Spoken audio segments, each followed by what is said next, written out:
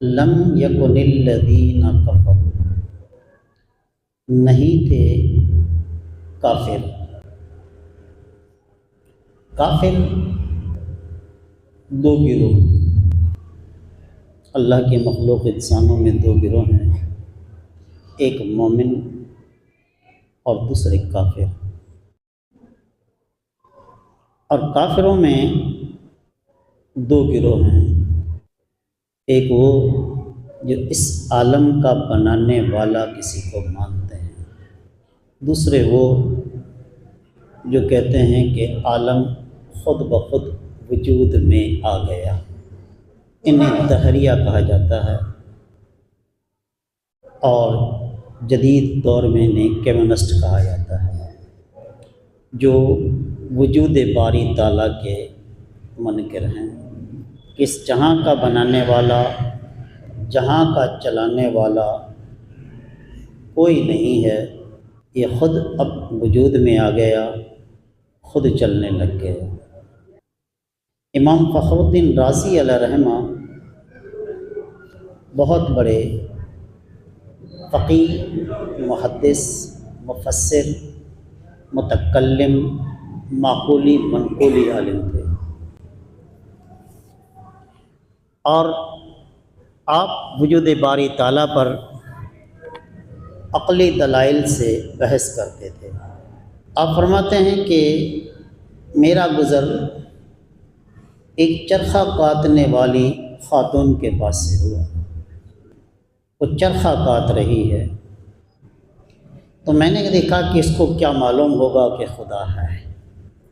اس سے میں نے پوچھا کہ کیا تجھے معلوم ہے کہ اس عالم کو چلانے والا کوئی ہے؟ اس نے کہا ہاں، اس عالم کا بنانے والا، عالم کا چلانے والا کوئی ہے۔ تو امام نے پوچھا تجھے کیسے معلوم ہوا؟ کہا کہ اس چرخے سے، چرخہ میرے چلائے بغیر چلتا نہیں، جب ایک چرخہ میرے چلائے بغیر چلتا نہیں تو اتنا عالم بغیر چلانے والے کے بغیر کیسے چلتا ہوگا؟ چلانے والے کے بغیر کیسے چلتا ہوگا یہ عالم؟ تو امام نے فرمایا وہ ایک ہے یا دو؟ تو کہنے لگی کہ وہ ایک ہے، دو نہیں ہو سکتے۔ پوچھا تجھے کیسے معلوم ہوا کہ خدا ایک ہے، چلانے والا ایک ہے؟ اس نے کہا اس چرخے سے، اس چرخے سے معلوم ہوا۔ وہ کیسے؟ کہ جب میں اکیلی چلاتی ہوں تو ایک رفتار سے چلتا ہے، اگر ہم دو مل کر چلائیں گے تو اگر ایک ہی طرف چلایا تو تاغا ٹوٹ جائے گا، تاغا ٹوٹ جائے گا، گٹا نہیں بن سکے گا، ڈھیرا نہیں بن سکے گا۔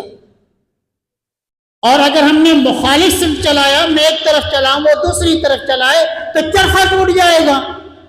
تو ہم دیکھ رہے ہیں کہ عالم اپنی رفتار سے چل رہا ہے، بغیر فساد کے چل رہا ہے، اس میں کسی طرح کوئی خرابی نہیں آ رہی۔ جون کے مہینے میں جس طرح سورج اپنی رفتار سے چلتا ہے، پھر جون میں اسی طرح چلتا ہے۔ دسمبر جنوری میں جس طرح اپنی رفتار سے چلتا ہے، دسمبر جنوری میں اسی رفتار سے چلتا ہے، سالہ سال سے دیکھ رہے ہیں۔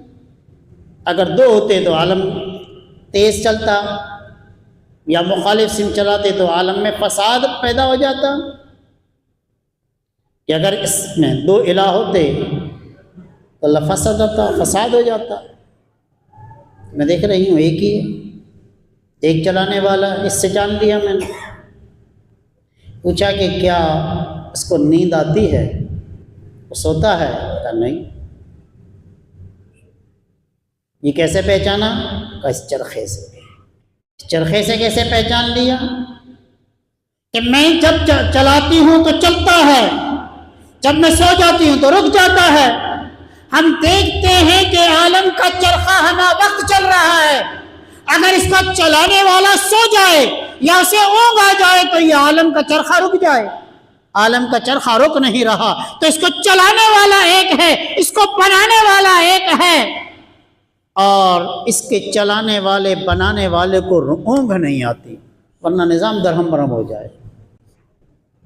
امام اعظم ابو حنیفہ رضی اللہ تعالی عنہ کا مناظرہ ایک دہریے سے ہوا، وقت طے ہو گیا، وقت جگہ طے ہو گئی، امام صاحب نے اس وقت اس جگہ پہنچنا تھا، منادی کرا دی گئی، مجمع لگ گیا، لوگ مسلمان اور غیر مسلم سارے جمع ہو گئے کہ آج ابو حنیفہ دلائل دے گا وجود باری تعالیٰ پر۔ دہریہ مناصر پہنچ گیا، امام اعظم پہنچے نہیں، امام اعظم پہنچے نہیں، تاخیر ہو گئی۔ یہاں مسلمان پریشان، غیر مسلم خوشیاں منا رہے ہیں کہ آج مسلمانوں کا مناظر بھاگ گیا۔ اتنے میں امید کی کرن امام اعظم نظر آئے، اب تشریف لائے، بکھرے بال وہاں پہنچے۔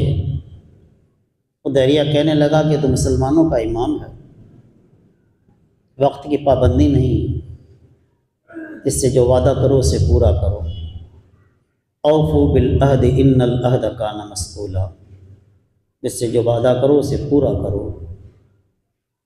وعدہ خلافی کی تو کل قیامت کے دن اس کے بارے میں پوچھا جائے گا۔ مسلمانوں کا امام ہو کر وقت کی پابندی کی نہیں کی، پریشان کیا، تکلیف دی، تو آپ نے فرمایا کہ میرے ساتھ ایک معاملہ ہو گیا۔ کیا ہوا کہ میرے گھر اور جائے مناظرہ کے درمیان نہر ہے، وہاں جب پہنچا تو کوئی کشتی نہ تھی، پریشان کھڑا ہو گیا، کشتی کا انتظار کرنے لگا، کشتی نہیں آئی۔ اتنے میں نے دیکھا کہ ایک تناور موٹا درخت خود ادھر ہلا ادھر ہلا، وہ کٹ جاتا ہے، اس کے تختے بنتے ہیں، تختے جڑتے ہیں، میخیں لگتی ہیں، وہ کشتی اٹھ کر پانی میں آتی ہے، اور پانی میں اس کشتی میں بیٹھ جاتا ہوں، بغیر چلانے والے کے چل کر اس کنارے پر آتی ہے، میں یہاں اترا اور یہاں پہنچا ہوں۔ تو دہریہ کہنے لگا مسلمانوں کا امام ہو کر اتنا بڑا جھوٹ، مسلمانوں کا امام اور اتنا بڑا جھوٹ۔ آپ نے فرمایا کیوں؟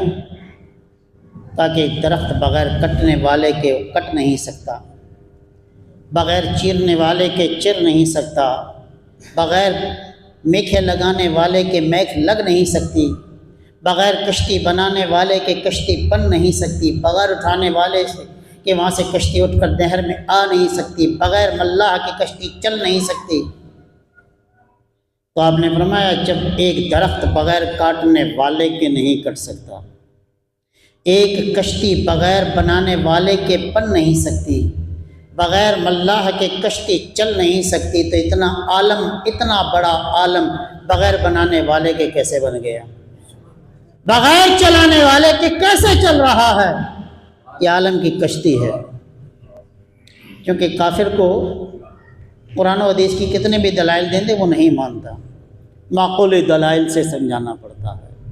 تو امام اعظم نے معقولی عقلی دلیل سے سمجھایا کہ جب ایک چھوٹی سی چیز بغیر بنانے والے کے نہیں بن سکتی تو اتنا بڑا عالم کیسے بن سکتا ہے؟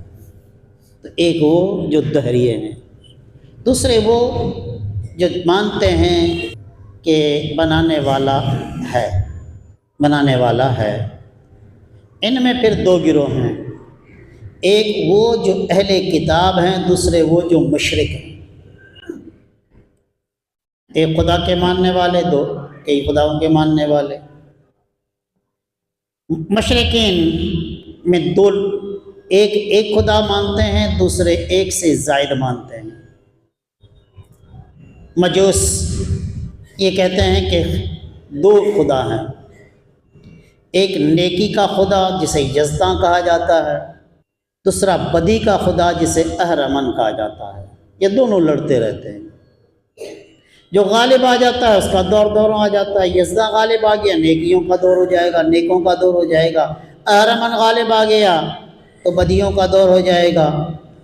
جو مغلوب آ جاتا ہے وہ خدا ہی کیا جو مغلوب ہو جائے، وہ خدا ہی کیا جو مغلوب ہو جائے، جو خود اپنے آپ کو نہیں بچا سکتا، مخلوق کو کیا بچائے گا؟ تو خدا دو نہیں، خدا ایک ہے۔ مشرکین کوئی آگ کو پوجنے والا، کوئی درختوں کو پوجنے والا، کوئی مٹی دھات پتھر کے بتوں کو پوجنے والا، کوئی سورج ستاروں اور چاند کو پوجنے والے، اختلاف مختلف نظریات والے، اور اہل کتاب یہود و نصارہ جنہیں اللہ رب العزت نے نبی دیے، کتابیں دی، تورات، زبور، انجیل، لیکن زمانے کے تغیرات کے ساتھ یہ نبی کے پیغام کو بھول گئے، نبی کے پیغام کو بھول گئے اور ان کتابوں میں تغیرات اور تعریفات کر بیٹھے، کتب سماویہ کو اپنے منشا کے مطابق بدلنے لگے، اس میں ڈھالنے لگے۔ تورات میں زنا کی سزا رجم ہے اور کوڑے مارنا ہے، یہی قرآن میں ہے، یہی شریعت مصطفیٰ میں ہے۔ یہودیوں کے کسی رئیس سے یہ گناہ سرزد ہوا، یہ گناہ سرزد ہوا، جرم ہوا۔ اب چونکہ وہ وہاں کے راہبوں، پادریوں کو نذرانے دیتا تھا، پیسے کے خاطر انہوں نے دین بدلنا چاہا۔ دیکھا کہ یہاں تو ہمارے یہاں تو رجم ہی ہے، اس کو پتھر مارے جائیں گے، سنسار کیا جائے گا، یہی انجیل میں ہے، یہی انجیل میں ہے کہ زانی کو سنسار کیا جائے۔ انہوں نے کہا کہ اس کا فتویٰ محمد سے لے لو صلی اللہ علیہ وسلم، اس کے بارے میں فیصلہ اس سے کروا لو۔ جب حضور اکرم صلی اللہ علیہ وسلم کے پاس آئے تو اس وقت تک شریعت مصطفیٰ میں زانی کی سزا کا حکم آیا نہیں تھا کہ زانی کی کیا سزا ہے۔ جب اس کو لے کر آئے تو حضور علیہ السلام نے فرمایا تورات منگا لو، تورات کے مطابق حکم کرتے ہیں، جو تورات میں ہے اس کے مطابق حکم دیں گے۔ تو کہنے لگے تورات میں اس کا کوئی حکم نہیں، آپ نے فرمایا لے آؤ۔ تورات لائی گئی، آپ نے فرمایا اس کا فلاں صفحہ کھولو۔ نبی الامی فرما رہے ہیں فلاں صفحہ کھولو، صفحہ کھولا۔ اب کہا کہ پڑھو، پڑھنے لگا تو جہاں حکم تھا زانی کی سزا پر وہاں پر ہاتھ رکھ دیا، آگے پیچھے پڑھنے لگا، اس میں کوئی حکم نہیں ہے۔ عبداللہ بن سلام رضی اللہ تعالی عنہ جو اسلام لانے سے پہلے یہودیوں کے بہت بڑے عالم تھے، یہودیوں کے بہت بڑے عالم تھے، آپ نے فرمایا کہ اس کو ہٹاؤ، ہاتھ کو ہٹاؤ، یہاں سے پڑھو۔ یکتمون الشہادہ، حق بات کو چھپاتے ہیں۔ پھر پڑھا تو آپ نے فرمایا اس کی سزا تورات میں یہ رجم ہے، اس کو رجم کیا جائے۔ تو تورات میں بھی یہی ہے، انجیل میں بھی یہی ہے کہ ایک عورت کو لایا گیا حضرت عیسیٰ علیہ السلام کے پاس اور اس پر الزام لگایا زنا کا۔ عیسیٰ علیہ السلام نے پوچھا کہ اس کی کیا سزا ہے؟ کہا کہ اس کی سزا رجم ہے۔ تو نے فرمایا کر دو، آپ کریں۔ آپ نے فرمایا میں کسی بے گناہ پر ظلم کرنا نہیں چاہتا، کیونکہ تہمت تھی۔ شریعت مصطفیٰ میں اس کی بڑی سخت ہے، اگر کوئی کسی پر زنا کی تہمت لگاتا ہے تو شریعت نے اس کے لیے 8 جلدہ 100 کوڑے 80 کوڑے مارنے ہیں، 80 کوڑے مارو اسے۔ حضور علیہ السلام کے زمانے میں زنا کا ثبوت گواہوں سے نہیں ہوا، گواہوں سے نہیں ہوا، زنا کا ثبوت اقرار سے ہوا ہے کہ جس کے بھی ہوا زنا کا اس نے اقرار کیا، حضور علیہ السلام نے اس کو شریعت کے مطابق سزا دی ہے۔ لیکن سورہ نور نے بیان فرمایا، سورہ نور میں ہے کہ 4 گواہ ہوں، زنا کے 4 گواہ، دوسروں میں چونکہ 2 گواہ ہوتے ہیں، چوری کی ثبوت کے لیے 2 گواہ اور ثبوت کے لیے 2 گواہ، لیکن زنا کے ثبوت کے لیے 4 گواہ۔ کیوں؟ کہ یہاں مجرم 2 ہیں، ہر ایک پر 2 گواہ۔ چاروں گواہ اس طرح دیکھیں جیسے سرمے دانی میں سلائی۔ اگر وہ کہتے ہیں کہ ہم نے حالت غیر میں دیکھا ہے تو اس پر تعزیر ہوگی، حد زنا نہیں۔ جیسا کہ عیسیٰ علیہ السلام نے ثبوت نہ ہونے کی وجہ سے فرمایا میں کیوں بھی گناہ پر نہیں. جیسا کہ ہمارے یہاں اندرون سندھ میں ہوتا ہے کاروکاری، کہاں چپل پڑی دیکھی اور کہا کہ جس نے تو ایسا کیا ہے. تو یہ ظلم ہے، زیادتی ہے، ہم اس کے قائل نہیں. جو شریعت مصطفیٰ میں ہے وہ عدل ہے، ظلم نہیں ہے. اگر شریعت مصطفیٰ نافذ ہو جائے، حاکم شریعت مصطفیٰ کا نفاذ کریں اور علماء حق احکام شرع کو واضح کریں تو دنیا سے برائی ختم ہو جائے. حضرت امیر معاویہ کا زمانہ عدل اور مساوات کا تھا. کیوں کہ شریعت کی بالادستی تھی. سیاسی اختلاف آپس میں صحابہ کے اپنے تھے، لیکن اس بات کو بس یہ بات مسلم تھی کہ امیر معاویہ رضی اللہ تعالی عنہ نے عدل اور مساوات کو نہیں چھوڑا. عدل اور مساوات کو نہیں چھوڑا، یہاں تک کہ جب آپ بہت زیادہ بوڑھے ہو گئے، رات کو آپ کے آرام میں خلل ہوتا تھا، عیسائی شنکھ بجاتے تھے. مذہبی آزادی ہے، شنکھ بجانے سے منع نہیں کیا جا سکتا، ان کو اپنی عبادت سے روکا نہیں جا سکتا. ہر ایک کو اپنی مذہب کے مطابق عبادت اور معاملات کرنے کی اجازت ہے، لیکن انہیں شراب پینے کی اجازت ہے. شراب پی کر گول گپاڑ کرنے کی اجازت نہیں کہ گلیوں میں وہ کھڑے ہو جائیں اور ادم دھاڑ مچائیں، اس کی اجازت نہیں. اپنے گھر میں بیٹھ کر ان کو شریعت ان کی مذہب میں شراب پینے کی اجازت ہے، پی لیں، لیکن نہیں، باہر نہیں. امیر معاویہ رضی اللہ تعالیٰ عنہ کو تکلیف ہوتی تھی ان کے رات کے شنکھ بجانے سے آپ کے آرام میں خلل آتا تھا، منع نہیں کر سکتے. اب آپ نے ایک ہیلا تراشا کہ ایک شخص کو بلایا اور اس سے کہا کہ تجھے 10,000 درہم دیتا ہوں، روم کے بادشاہ کے دربار میں جا اور آذان دے. 10,000 درہم ابھی دے رہا ہوں، جب واپس آئے گا مزید 10,000 درہم دوں گا. وہ شخص خوش ہوا، روم گیا، روم کے بادشاہ کے دربار میں قاصد معاویہ بن کر پیش ہوا اور وہاں جا کر اس نے آذان دینا شروع کی محل میں، بڑے دربار میں. تو اس کے درباری، اس کے حواری، اس کے وزیر مشیر اٹھے اسے مارنے کے لیے. بادشاہ نے کہا مارو مت اسے مت مارو، یہ معاویہ کا ایک ہیلا ہے، معاویہ کا ایک ہیلا ہے. کیا کہ معاویہ بوڑھا ہو گیا ہے اور اس سے عیسائیوں کے شنکھ سے تکلیف ہوتی ہے رات کو، تو اس نے یہ ہیلا کیا، تم یہاں ایک آذان دینے والے کو قتل کرو گے، وہاں وہ سارے شنکھ بجانے والے مروا دے گا. اور اس نے انعام دیا اور اس کو روانہ کر دیا. حضرت امیر معاویہ کے پاس آیا وہ. امیر معاویہ نے پوچھا کیسے، کیا ہوا تیسا؟ اس نے کہا کہ یہ معاملہ ہوا. 10,000 امیر معاویہ رضی اللہ تعالیٰ عنہ نے سے مزید دیے، کیونکہ جو وعدہ کیا تھا کہ واپس آئے گا 10,000 درہم دوں گا. اور فرمانے لگے کہ وہ مجھ سے بھی زیادہ شاطر و ہوشیار نکلا.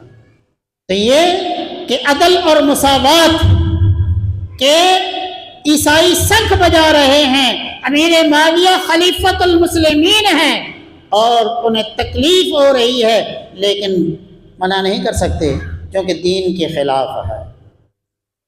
اگر وہ وہاں منع کرتے تو یہاں جواباً منع کرتے. یہ نصارہ مشرکین میں بت پرست اہل کتاب یہود جو اللہ کو ایک تو مانتے ہیں لیکن عزیر ابن اللہ کہتے ہیں کہ عزیر اللہ کے بیٹے ہیں. عیسائی اللہ کو ایک تو مانتے ہیں اور تثلیث کے قائل ہیں کہ باپ، بیٹا اور روح القدس اس مجموعے کا نام خدا ہے. عیسیٰ علیہ السلام کو اللہ کا بیٹا کہتے ہیں. امام اعظم ابو حنیفہ رضی اللہ تعالیٰ عنہ کے پاس ایک شخص آیا، کہا کہ ایک مسلمان ہے جو کہتا ہے کہ میں یہودیوں کی بھی تصدیق کرتا ہوں اور عیسائیوں کی بھی تصدیق کرتا ہوں، کیا وہ مسلمان ہے؟ کیا وہ کافر ہے یا نہیں؟ آپ نے فرمایا نہیں. کافر نہیں ہے۔ کہا کہ یہودیوں کی تصدیق کرتا ہے جبکہ یہود اب جھوٹا مذہب رہ گیا ہے، نصارہ کی تصدیق کرتا ہے جو کہ اب جھوٹا مذہب رہ گیا ہے۔ آپ نے فرمایا ہو سکتا ہے کہ اس کا مقصد ہو کہ یہودی کہتے ہیں نصارہ کوئی چیز نہیں، نصرانی کہتے ہیں کہ یہودی کوئی چیز نہیں، وہ اس بات میں تصدیق کرتا ہے کہ یہودی بھی کوئی چیز نہیں، یہ کہنے میں عیسائی سچا ہے، نصرانی کوئی چیز نہیں، یہ کہنے میں یہودی سچا، اس بات کی تصدیق کرتے ہیں۔ جس قول میں تعویل ہو سکتی ہے تو بغیر قائل کی نیت پوچھے اس پر کفر کا فتویٰ نہیں دیا جا سکتا کہ یہ کافر ہے۔ صریح کفر اور ہے ایسا کلمہ جس میں 99 وجوہ کفر کی ہوں، ایک وجہ اسلام کی ہے، تو امام صاحب فرماتے ہیں کہ ہم اس پر کفر کا حکم لگانے سے گریز کریں گے جب تک کہ معلوم نہ ہو جائے کہ اس نے یہ قول کس ارادے سے کیا ہے۔ ہاں جو صریح ہے اس پر کفر کا حکم لگے گا۔ جو کہتا ہے میں خدا کو نہیں مانتا، اللہ کو نہیں مانتا، تو اس قول کی کوئی توجیہ نہیں ہوگی۔ اللہ کے وجود کا انکار کرتا ہے، اس کی کوئی توجیہ نہیں ہوگی۔ حضور علیہ السلام کی ختم نبوت کا انکار کرتا ہے، اس کی کوئی توجیہ نہیں ہوگی۔ جس کام کلمے سے حضور علیہ السلام کی عصمت پر آنچ آتی ہے، اس میں کوئی توجیہ نہیں ہوگی۔ تو اہل کتاب مشرکین، کفار اہل کتاب اور مشرکین نہیں تھے، منفکینہ چھوڑنے والے، اپنے عقیدے کو، اپنے اعمال کو، بت پرستی کو، تثلیث کے عقیدے کو، حتیٰ تأتیہم البینہ، وہ کہتے تھے ہم اپنا دین نہیں چھوڑیں گے جب تک روشن دلیل نہ آ جائے۔ روشن دلیل کیا؟ کہ حضور علیہ السلام کے آنے سے پہلے کی بات، کہ ہم اپنے مذہب پر، اپنے دین پر، اپنے عقیدے پر قائم رہیں گے جب تک کہ رسول نہ آ جائیں من اللہ، اللہ کی طرف سے، یتلو صحفا مطہرہ، اور وہ پاک صحیفے پڑھتے تھے، پاک صحیفے جس میں یاتی من بعدی، آئیں گے میرے بعد، اسمہ احمد، اس کا نام احمد ہے، یہ انجیل میں ہے، یہ انجیل میں ہے کہ عیسیٰ علیہ السلام نے فرمایا کہ میرے بعد فارق قلیس میں ایک شخص آئے گا جس کا نام احمد ہوگا، اس کی پیروی کرنا۔ وہ احمد مصطفیٰ کریم صلی اللہ علیہ وسلم، فارق قلیس، کھجور کے جھنڈ والا، مدینہ طیبہ، فیہا کتب قیمہ، اس کے پاس لکھی ہوئی سیدھی باتیں ہیں، تورات، زبور، انجیل۔ تورات میں جو موسیٰ علیہ السلام پر نازل ہوئی، اس میں احکام، اور زبور جو داؤد علیہ السلام پر نازل ہوئی، اس میں اوراد و وظائف، دعائیں، اور انجیل میں نہ احکام ہیں، نہ اوراد و وظائف ہے، پند و نصائح ہیں، آنے والے واقعات کی کچھ نشاندہی ہے، پچھلے واقعات کا ذکر۔ لیکن یہ قرآن، اس میں دعا بھی ہے، پند و نصائح بھی ہے، وعد و نصیحت بھی ہے، احکام بھی ہیں، آنے والے اوقات کی پیش گوئیاں بھی ہیں، اور گزرے زمانے کے نیک اور بد لوگوں کے تذکار بھی ہیں۔ تو یہ صاف سیدھی کتاب عدل اور مساوات کی صاف اور سیدھی کتاب ہے قرآن کریم، جس میں عدل اور مساوات کا ذکر ہے، اللہ کی عبادت اور احکامات شرعیہ کا ذکر ہے، جس میں محض عبادت ہی کے طور طرائق نہیں بلکہ سیاست کا ذکر بھی ہے۔ ہمارے ہاں تو سیاست کہتے ہیں نا جھوٹ بولنے کو، کہ جتنا زیادہ جھوٹا اتنا زیادہ بڑا سیاستدان، لیکن سیاست جھوٹ بولنے کا نام نہیں، خوش اسلوبی کے ساتھ ریاست اور عوام کے مسائل کو حل کرنے کا نام سیاست ہے۔ اسی کو سیاست مدنیہ کہا جاتا ہے۔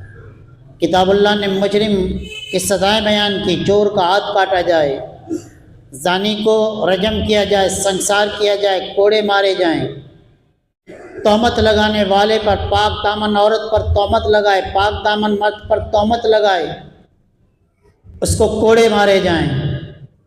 حدود بیان کی ہیں، سزائیں بیان کی ہیں، قانون جرائم کو روک تھام کے لیے جو اصول بیان کیے جائیں اسے قانون کہتے ہیں۔ یہ قرآن نے اصول بیان کیے، اس میں صاف سیدھی باتیں ہیں، عبادات، اخلاقیات۔